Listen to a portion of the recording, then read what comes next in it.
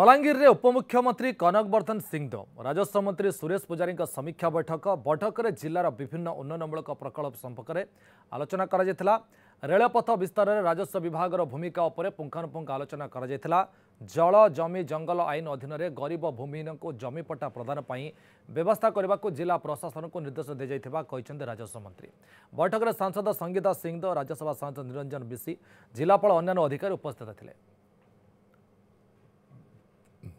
राजस्व विभाग जो जो काम अच्छी बलांगीर जिले में से समस्त कामर समीक्षा आज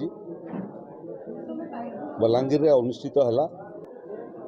बलांगीर जिले में रेलपथ विस्तार एवं रेलपथ विस्तार रे राजस्व विभाग भूमिका से बाबद आम आलोचना कलु, जो बलांगीर खुर्दा रेलपथ, बलांगीर पाटनागढ़ रोड, हरिशंकर रोड प्रस्तावित रेलपथ ये बाबद गतिविधि आम समीक्षा करिचु।